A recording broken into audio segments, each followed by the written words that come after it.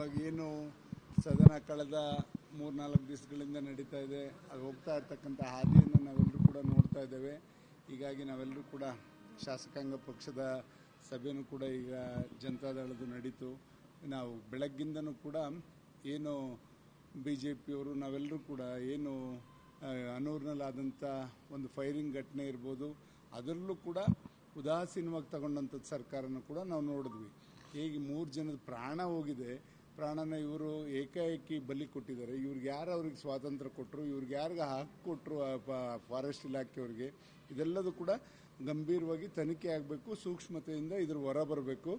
ಆ ಥರ ಯಾರಿಗೂ ಕೂಡ ಒಬ್ಬ ಮನುಷ್ಯಂದೇ ಆಗಲಿ, ಒಂದು ಪ್ರಾಣಿ ನಾಯಿನ ಸಾಧಿಸೋಕ್ಕೂ ಕೂಡ ಇವತ್ತು ಯಾರಿಗೂ ಕೂಡ ಪರ್ಮಿಷನ್ ಇಲ್ಲದಂಥ ಸಂದರ್ಭದಲ್ಲಿ ಇವತ್ತು ಮನುಷ್ಯರ ಪ್ರಾಣನ ಅಷ್ಟು ಸುಲಭವಾಗಿ ಇವರು ತಗೊಂಡಿರ್ತಕ್ಕಂಥದ್ದು ಇದು ಸರಿಯಲ್ಲ ಅಂತಕ್ಕಂಥದ್ದು ನಾವೆಲ್ಲರೂ ಕೂಡ ವಾದವನ್ನು ಎಲ್ಲರೂ ಕೂಡ ಎರಡೂ ಪಕ್ಷದವರು ಕೂಡ ಮಾಡಿದ್ವಿ. ತದನಂತರ ಒಂದು ಸದನ ನಡೀಬೇಕಾದ್ರೆ ಇವತ್ತು ಮುಖ್ಯಮಂತ್ರಿಗಳಾಗಿ DK ಶಿವಕುಮಾರ್ ಅವರು ಪ್ರಮಾಣ ವಚನ ಸ್ವೀಕರಿಸಿದ ನಂತರ ಅವರೊಂದು ಹೇಳಿಕೆನೂ ಕೂಡ ನಾವು ಇವತ್ತು ಸೂಕ್ಷ್ಮವಾಗಿ ಗಮನಿಸಬೇಕಾಗ್ತದೆ. ಯಾರಾದರೂ ಕೂಡ ಲಂಚ ಕೇಳಿದ್ರೆ ನನಗೆ ಹೇಳಿ ಅವ್ರ ಮೇಲೆ ಶಿಸ್ತಿನ ಕ್ರಮ ತಗೋತೀನಿ ಅಂತ ಒಂದು ಮಾತನ್ನು ಕೂಡ ಮುಕ್ತವಾಗಿ ಇಡೀ ರಾಜ್ಯದ ಜನತೆಗೆ ಸಂದೇಶವನ್ನು ಕೊಟ್ಟರು. ಇದನ್ನು ನೋಡಿದಾಗ ಎಲ್ಲೋ ಒಂದು ಕಡೆ ನೀವೇ ನೋಡಿದಿರಿ, ಇಂದಿನ ಲೋಕಸಭಾ ಚುನಾವಣೆ ಸಂದರ್ಭದಲ್ಲಿ ವಾಲ್ಮೀಕಿ ಹಗರಣ, ಅದು ದೊಡ್ಡ ಹಗರಣ. ಆ ಸಂದರ್ಭದಲ್ಲಿ ಸನ್ಮಾನ್ಯ ಸಿದ್ದರಾಮಯ್ಯನವರು ಮುಖ್ಯಮಂತ್ರಿಗಳಾಗಿದ್ದರು. ಅವರು ಹೇಳಿದ್ರು 187 ಕೋಟಿ ಅಲ್ಲ, ಬರೀ 87 ಕೋಟಿ ಅಂತಕ್ಕಂಥದ್ದು ಅವರೇ ಕೂಡ ಹೇಳಿದಂಥದ್ದು ಕೂಡ ನಾವೆಲ್ಲರೂ ಕೂಡ ಮಾಧ್ಯಮದ ಮುಖಾಂತರ ಗಮನಿಸಿದ್ದೇವೆ. ಇದಾದರೂ ಕೂಡ ಇನ್ನೂ ಅವನೇನು ತಪ್ಪಿತಸ್ಥನೇ ಅಲ್ಲ ಅಂತಕ್ಕಂಥ ರೀತಿಯಲ್ಲಿ ಮತ್ತೆ ಅವರಿಗೆ ಮಂತ್ರಿ ಸ್ಥಾನವನ್ನು ಕೊಟ್ಟಿರ್ತಕ್ಕಂಥದ್ದು. ಇದೆಲ್ಲ ನೋಡಿದಾಗ ಅಂಥವ್ರನ್ನ ಕೂರಿಸ್ಕೊಂಡು ಸದನ ನಡೆಸಿದ್ರೆ ಎಷ್ಟು ಘನತೆ ಗಾಂಭೀರ್ಯ ಬರ್ತದೆ ಅಂತಕ್ಕಂಥದ್ದು ನೀವೇ ಯೋಚನೆ ಮಾಡಬೇಕಾಗುತ್ತೆ. ಇದನ್ನು ರಾಜ್ಯದ ಜನತೆ ನೋಡ್ತಾ ಇರ್ತಾರೆ. ಈ ನಿಟ್ಟಿನಲ್ಲಿ ಅಂಥವ್ರನ್ನ ಕೂರಿಸ್ಕೊಂಡು ನೀವು ಈ ಸದನ ನಡೆಸಬಾರ್ದು ಅಂತಕ್ಕಂಥದ್ದು ನಾವಿಬ್ಬರು ಕೂಡ BJPಯವರು ಮತ್ತು ನಾವು ಇಬ್ಬರು ಕೂಡ ಇವತ್ತು ಪ್ರತಿಪಾದನೆಯನ್ನು ಮಾಡಿ ಅವ್ರನ್ನ ತೆಗೆದು ನೀವು ಸದನವನ್ನು ನಡೆಸಿ ಅಂತಕ್ಕಂಥದ್ದು ನಾವು ಹೋರಾಟಗಳು ನಡೀತಾ ಇದೆ.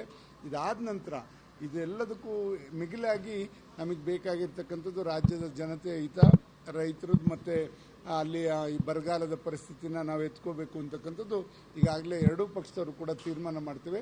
ಇದಾದ ನಂತರ ಬರಗಾಲದ ಒಂದು ಚರ್ಚೆನೂ ಕೂಡ ತಂದು ಗಂಭೀರವಾಗಿ ಇವತ್ತು ಸುಮಾರು 173 ತಾಲೂಕುಗಳು ಈಗಾಗಲೇ ಬರಗಾಲ ಇರ್ಬೋದು ಅಂತಕ್ಕಂಥದ್ದು ಒಂದು ತೀರ್ಮಾನ ಇವತ್ತು ಸಮೀಕ್ಷೆನೂ ಕೂಡ ಆಗಿದೆ. ಅದರಲ್ಲಿ ಏನು ಕೇಂದ್ರ ಸರ್ಕಾರದ ಒಂದು ನಿಯಮದಂತೆ 102 ತಾಲೂಕುಗಳು ಬರಗಾಲ ಅಂತ ಘೋಷಣೆ ಮಾಡಬೇಕು ಅಂತಕ್ಕಂಥದ್ದು ಕೂಡ ಈಗಾಗಲೇ ಸರ್ಕಾರ ಯೋಚನೆ ಮಾಡ್ತಾಯಿದೆ. ಅದನ್ನು ಶೀಘ್ರವಾಗಿ ಘೋಷಣೆ ಮಾಡಬೇಕು ಅಂತಕ್ಕಂಥದ್ದು ಕೂಡ ನಮ್ಮ ಚರ್ಚೆಯಲ್ಲಿ ಒಂದು ಮುಖ್ಯವಾದ ಅಂಶ ಆಗಿತ್ತು.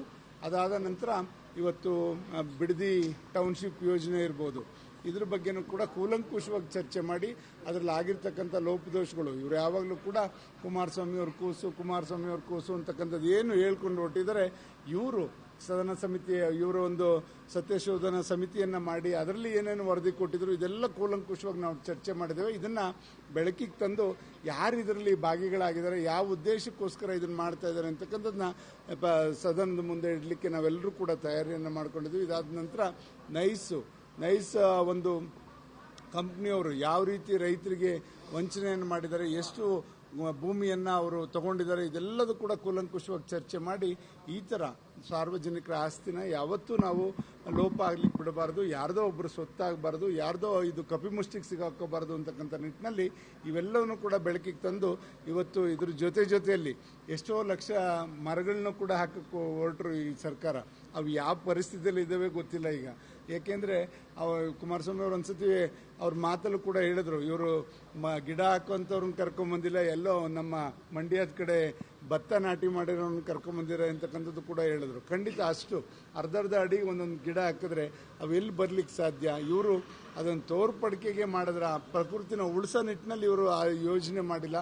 ಇಂಥ ಎಲ್ಲ ಹಲವಾರು ಒಂದು ದುರ್ಘಟನೆಗಳು ಮಾಡಿದಂಥದ್ದು ವೈಫಲ್ಯಗಳು ಇವತ್ತು ಎತ್ತಿ ಹಿಡಿತಕ್ಕಂಥ ಕೆಲಸವನ್ನು ನಾವು ಮತ್ತು ನಮ್ಮ ಮಿತ್ರ ಪಕ್ಷವಾದಂಥ BJPಯವರು ಒಟ್ಟಾಗಿ ಧ್ವನಿ ಎತ್ತಿ ಈ ಸರ್ಕಾರ ಮಾಡ್ತಾ ಇರ್ತಕ್ಕಂಥ ಲೋಪದೋಷವನ್ನು ಎತ್ತಿ ಹಿಡಿದು ಇವತ್ತು ರಾಜ್ಯನ ಒಂದು ಸರಿ ದಾರಿನಲ್ಲಿ ಕೊಂಡೊಯ್ಯಲಿಕ್ಕೆ ನಾವು ಅವರಿಗೆ ಒತ್ತಾಯ ಮಾಡೋ ನಿಟ್ಟಿನಲ್ಲಿ ಈ ಸದನದಲ್ಲಿ ಬಳಕೆ ಮಾಡ್ಕೋಬೇಕು ಅಂತಕ್ಕಂಥ ತೀರ್ಮಾನಕ್ಕೆ ಇವತ್ತು ಜನತಾದಳದ ಶಾಸಕಾಂಗ ಪಕ್ಷದಲ್ಲಿ ತೀರ್ಮಾನ ಆಗಿದೆ ಅಂತ ಹೇಳಲಿಕ್ಕೆ ಬಯಸ್ತೇನೆ.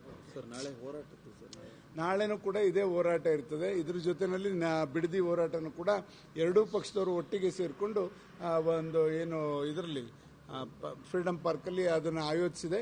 ಖಂಡಿತ ಎಲ್ಲರೂ ಸೇರಿಕೊಂಡು ಅದರಲ್ಲಿ ನಿಮಗೆ ಅಲ್ಲಿ ಮುಕ್ತವಾಗಿ ಅಲ್ಲಿರ್ತಕ್ಕಂಥ ರೈತರೇ ಅಲ್ಲಿ ಪಾಲ್ಗೊಂಡು ಅದ್ರಲ್ಲಿ ಕೂತ್ಕೊಂಡು ಅವರ ಆಧಾರ್ ಕಾರ್ಡ್ ಸಮೇತ ಬರೋರಿದ್ದಾರೆ.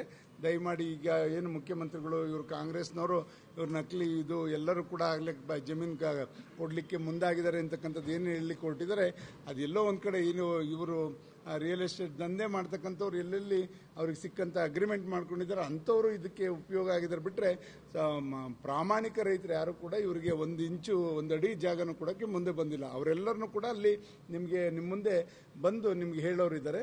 ಅದನ್ನು ನಾಳೆ ಅದು ಪ್ರದರ್ಶನ ಆಗ್ತದೆ. ದಯಮಾಡಿ ಆಗಾರು ಕೂಡ ಇವರು ಮನಸ್ಸು ಮಾಡಿ ಈ ಯೋಜನೆಯನ್ನು ಕೈ ಬಿಡಬೇಕು ಅಂತ ಒತ್ತಾಯ ಮಾಡಿ. ಸರ್ ಇದು ಟೌನ್ಶಿಪ್ ವಿಚಾರನ ಯಾವಾಗ ಪ್ರಸ್ತಾಪ ಮಾಡ್ತೀರಿ ಸರ್ ವಿಧಾನಸಭೆ? ಈಗ ಇಲ್ಲ, ನಾವು ನಾಳೆ ಕೂತ್ಕೊಂಡು ಎರಡೂ ಪಕ್ಷದವರು ಬೆಳಗ್ಗೆ 10 ಗಂಟೆಗೆ ಕೂತ್ಕೊಂಡು ಚರ್ಚೆ ಮಾಡೋರಿದ್ದೀವಿ. ಯಾವ ವಿಷಯಗಳನ್ನ ತಗೋಬೇಕು, ಯಾವುದು ಇದಕ್ಕೆ ಮಾನ್ಯತೆ ಬೇಗ ಕೊಡಬೇಕು ಅಂತಕ್ಕಂಥದ್ದನ್ನ ಎರಡೂ ಪಕ್ಷದವ್ರು ಕೂತ್ಕೊಂಡು ಚರ್ಚೆ ಮಾಡಿ ಆದ್ಯತೆ ಮೇಲೆ ಎಲ್ಲ ವಿಷಯಗಳನ್ನು ಕೂಡ ಇವತ್ತು ಬೆಳಕು ಚೆಲ್ಲೋದಕ್ಕೆ ನಾವು ಮುಂದಾಗ್ತೀವಿ.